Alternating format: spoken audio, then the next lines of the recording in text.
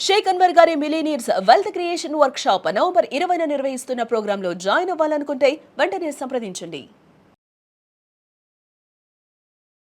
స్వామీజీ నమస్కారం. నమస్తే అమ్మా.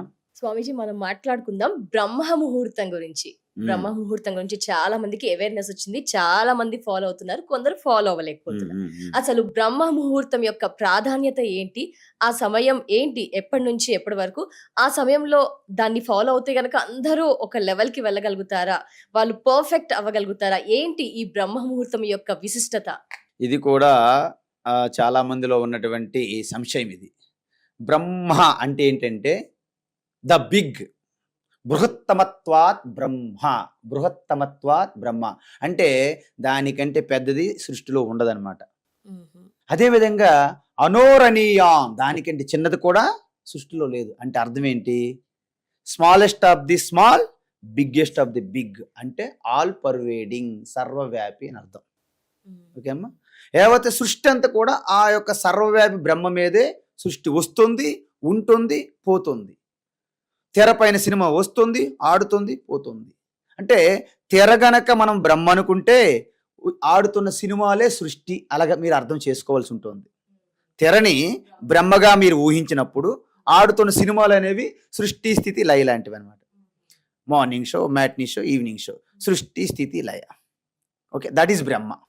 సో ఆ బ్రహ్మ అనేది పుట్టుక లేదు, మరణం లేదు. అంటే నేను అహం అనే రూపంగా, ఆత్మరూపంగా ఉన్నదే బ్రహ్మ. ఇది బ్రహ్మ యొక్క నిర్వచనం. దానికి కనెక్ట్ అవ్వడానికి మనకు మన స్వభావం ఏంటి? ప్రకృతి 3 గుణాలు: సత్వగుణము, రజోగుణము, తమోగుణము. ఈ తమోగుణం అనేది అలసట, నిద్రలో లాగేస్తుంది. రజోగుణం అనేది అత్యంత చంచలత్వంగా ఉంటుంది, కోరికలతో పరుగులు తీస్తుంటుంది అన్నమాట. సత్వగుణం అనేది శాంతంగా ఆ స్వరూపతత్వానికి కలవడానికి ఒక అనుకూలమైనటువంటి గుణం. ఈ 3 గుణాలు పూర్తిగా దాటి వెళ్తే తప్ప ఆత్మ బ్రహ్మ అనుభూతి మీకు కలగదు. బ్రహ్మ అనుభూతితోనే మీకు మోక్షం. ఇది మనకు అల్టిమేట్ గోల్. బ్రహ్మ అనుభూతి. బ్రహ్మ అంటే నా ఆత్మగా ఉన్న బ్రహ్మని నేను అనుసంధానం అవ్వడమే మోక్షం. అది నిత్యం ఉంది బ్రహ్మ, మనం అనుసంధానం అవ్వట్లేదు, మనం బయటికి లాగేస్తున్నాం. ఆ లోపల నుంచి మనం పిలుస్తుంది, come my dear, come here, come here. No no, I'm busy. You're going out. You not look inside, you go always in extrovert, not introvert. అది అయిపోయింది కదా. సో మనకి పగలంతా అలసిపోతాం, రాత్రి పడుకున్నప్పుడు ఒక్కసారి మెల్ల తమోగుణంలోకి వెళ్తాం. మధ్యలో కొంచెం రజోగుణం వస్తే స్వప్నాలు వస్తుంటాయి. సో స్వప్నము, నిద్ర, ఈ 2 రజోగుణం, తమోగుణం కదా. ఈ రోజంతా అలసటంతా రికవరీ పీరియడ్ అనమాట. రెస్ట్లో మొత్తం రిఫ్రెష్ అవుద్ది అనమాట అక్కడ. అప్పుడు మార్నింగ్ ఫస్ట్ జామ్ అంటారు కదా, అంటే 2:30-3 గంటల తర్వాత, 3 o'clock తర్వాత, ఎర్లీ మార్నింగ్ 3 తర్వాత ఆ యొక్క డాగ్ టైర్డ్నెస్, అలసట ఇంచుమించు తగ్గిపోతుంది. అంటే ఎవరు తగ్గిపోద్ది? మా రాత్రి అంతా అటు తిరగడము, స్వప్నంతో, టెన్షన్తో లేవడము, బాత్రూమ్కి వెళ్ళడం, వాష్రూమ్కి వెళ్ళడం, నీళ్ళు తాగడం, పడుకోవడం. వీళ్ళకి నిద్ర పట్టదు. వాళ్ళకి 3 గంటలు కాదు, 10 గంటలకు కూడా నిద్ర వదలదు వాళ్ళకి. వాళ్ళ గురించి మనం చెప్పట్లేదు. ఎవరైతే నిజంగా మీరు dying on the bed, morning లేచినప్పటి నుంచి రాత్రి వరకు you have to die on the bed, ఇంకేం మిగలకూడదు. ఆటోమేటిక్ నిద్ర వచ్చి పడిపోవాలి. నిద్ర వచ్చి మిమ్మల్ని కొమ్మాలి. వీ కెనాట్, నిద్రని మీరు ఆహ్వానించలేరు. నిద్రపోతున్నా అంటే మార్నింగ్ వరకు మీరు నిద్రపోరు. దాన్ని ఏంటంటే నైట్ మేర్ అంటారు. ఓకేనా? అప్పుడు సత్వగుణం అధికంగా ఉంటుంది, తమోగుణం, రజోగుణం బలహీనంగా ఉంటాయి. ఆ టైం చూసుకొని దీపం ఉన్నప్పుడే చక్కదిద్దుకోవాలని మన సామెత ఉన్నట్లుగా ఆ సమయంలో గనక సర్వాన్ని విస్మరించి మీ ఆత్మ స్మరణ చింతన చేయడం వలన మీరు తొందరగా బ్రహ్మకు కనెక్ట్ అవుతారు. కాబట్టి ఆ సమయాన్ని బ్రహ్మముహూర్తం అన్నారు. అర్థమైంది కదా. అయితే బ్రహ్మముహూర్తము ఆ 3 గంటల నుండి 5:30-6 లోపు, ఆ సమయంలో ఎక్కువ మంది నిద్రపోతుంటారు. ప్రపంచవ్యాప్తంగా చాలా వరకు నిద్రపోతుంటారు. కాబట్టి మీకు ఎటువంటి డిస్టర్బెన్స్ తక్కువ. ఒకప్పుడు అడవులు ఉండేవి, నదులు ఉండేవి, సరస్సులు ఉండేవి, ఇలాంటి ఈ అలజడి లేదు, ఆందోళన లేదు.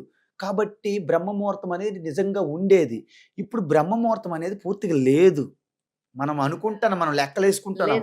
ఎందుకు లేదంటే నేను 3 గంటలు వేస్తుంటే లారీలు, బస్సులు జూ జూ జూ జూ వెళ్తున్నాయి. ఇంక బ్రహ్మముహూర్తం ఎక్కడ ఉన్నది?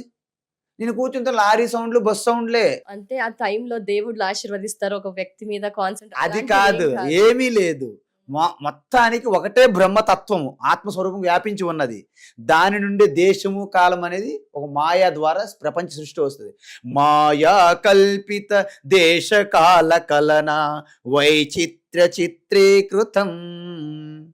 ఈ దేశము కాలము ఆ యొక్క ఆ బ్రహ్మతత్వం సినిమాలాగా ఒక స్వప్నంలాగా ప్రకటన అవుతుంది. అలాంటి ఆ కాలమే మాయ. ఈ కాలాన్ని పట్టుకుని అలాడతారేంటి మీరు? అంటే సృష్టిలో ప్రతి గడియ అమృత గడియలే. ఏ రాహుకాలము, కేతుకాలము, శని దశలేమి ఉండవమ్మా. ఇవన్నీ కూడా ఒక వ్యావహారికంగా కాలం సత్యం అనుకుంటే జగత్తమే మహాన్ అంటే జగత్తమే సమయ్, జగత్తమే సమయ్ మహాబలవాన్ అని అంటారు, పాటలు పాడతారు. అర్థం ఏంటి? ఈ కాలమే నిజం అనుకొని బ్రతుకుతున్న వారికి కాలమే సత్యం అవుతుంది. కాబట్టి అన్ని సత్యమే అవుతాయి. కానీ 24 గంటల్లో 24 గంటలు అమృత గడియలే. వారం రోజులు 7 రోజులు అమృత గడియలే. 365 రోజులు అమృత గడియలే. మీకు అసలు ముహూర్తం అక్కర్లేదు, తీర్థం అక్కర్లేదు. మీరు నిజంగా ఆ బ్రహ్మని కనెక్ట్ అయి ఉంటే, ఆ తత్వాన్ని గురించి చింతన చేసుకున్నట్టు ముహూర్తాలు ఉండవు. ఏ టైం అంటే ఆ టైమే అమృత గడియవ అని ముహూర్తాలు మీకు అక్కర్లేదు. మీకు అసలు ఎవరు అక్కర్లేదు. ఇంకా అది మనం లేదు కాబట్టి వీటి మీద ఆధారపడుతున్నాం. ఎవరికి డబ్బులు లేనివాడికి లాటరీ మీద ఎక్కువ ఆధారపడతారు. ఎందుకంటే లాటరీ నుంచి ధనవంతుని అయిపోతున్నాయి ఏమని భ్రమ. ఉంటే ఎందుకు లాటరీ మీద ఆధారపడతారు మీరు? కాబట్టి బ్రహ్మ ముహూర్తం అది. ఆ సమయంలో సాధన చేస్తే మామూలు సమయం ఏమవుతుంది? 6 గంటలు అయింది అనుకోండి, మెల్లగా సూర్యోదయం ఉషాకిరణాలు వస్తాయి. మీలో ఆ యొక్క రజోగుణం మేల్కుంటుంది. రజోగుణం మేల్కుంది. Restlessness of the mind. రజోగుణం అంటే ఏంటి? Restlessness of the mind. So mind always going outside. అప్పుడు మీకు ఇంకా ఏకాగ్రత తగ్గిపోతుంది, మీ సాధన తగ్గిపోతుంది. అందువలన రోజంతా కూడా అలజడి, ఆందోళనలు, ఈ వ్యవహారాలు, రాత్రి ఎక్కడ మిగిలిపోయింది వర్క్, ఏ కాము వాళ్ళు వచ్చారు, వాళ్ళు అడ్డు వడ్డీలు ఇవ్వాలి, వ్యాపారాలు, చీటీలు పాడాలి, మార్గదర్శి చిట్ ఫండ్స్ ఉంటాయి కదా. వంట, తంట, మంట, కంట, పెంట అన్నీ ఉంటాయి, వచ్చేస్తాయి వరుసగా. అలా నూడిల్స్ ప్యాకేజ్ లాగా మన వ్యవహారం, మన ఫ్యామిలీ పరివారంలో. కాబట్టి దీన్ని సంసారం అంటారు. సంసారంలో ప్రవేశించే ముందు రాత్రి నిద్ర నుండి ఇది సంధ్యాకాలం అనమాట. ఆ సంధ్యా సమయం అనేది ఆధ్యాత్మిక స్పిరిచువల్ ప్రాక్టీస్కి అద్భుతమైన సమయం. అందువల్ల దాన్ని కొంతమంది గురువులు 3 గంటల 42 నిమిషాలకు అద్భుతం జరిగిపోతుంది. Promoting advertisements. మీకు ఎనీ టైం జరగవచ్చు. మీరు తత్వాన్ని నిజంగా తెలుసుకుంటే 24 గంటలు మీకు అద్భుతాలే జరుగుతాయి, అది వేరే విషయం. కాబట్టి 3 గంటలు. మేము ఋషికేశ్లో ఉండేవాళ్ళు, మేము 3 గంటలు లేచేవాళ్ళు మార్నింగ్. రాత్రి అంతా పడుకుని మీకు తెలుసా 8:30, 9 పడుకోవడమే. ఏముండదు. ఇంకా మీరు 9కి 8:30 పడుకుంటే మీకు ఆల్రెడీ 6-7 అవర్స్ అయింది. ఇంకేం చేస్తారు 3కి లేకపోతే? చెప్పండి. మీరు ఇప్పుడు ఎంత టైం పడుకుంటున్నారు? 12 పడుకుంటున్నారు. స్వామీజీ బ్రహ్మముహూర్తం నేను లేవాలనుకుంటాను 3 గంటలకి. నిద్ర పట్టదు. బ్రహ్మముహూర్తం లేచి మళ్ళా ఎందుకంటే మీకు బ్రహ్మముహూర్తం, మీకు బ్రహ్మముహూర్తం సంబంధం లేదు బ్రహ్మముహూర్తంతో. కాబట్టి బ్రహ్మముహూర్తం అనేది ఇట్స్ ఎ కాంటెక్స్ట్. మనం ఎక్కడ ఉన్నాము, మనం ఎప్పుడు పడుకుంటున్నాము, ఎలా ఆహారం తింటున్నాము, వీటన్నిటి మీద ఆధారపడి ఉంటాయి. అందువలనే గంగా తీరం, హిమాలయాల్లో జనసందోహం తక్కువగా ఉంటుంది. డిస్టర్బెన్స్ ఉండవు. లారీలు, బస్సులు ఇవి లేవు. కాబట్టి హైదరాబాద్ లాంటి మహానగరాల్లో బ్రహ్మముహూర్తం ఎక్స్పెక్ట్ చేయడం అనేది ఎండమావుల్లో నీరుని గుర్తించినట్టే.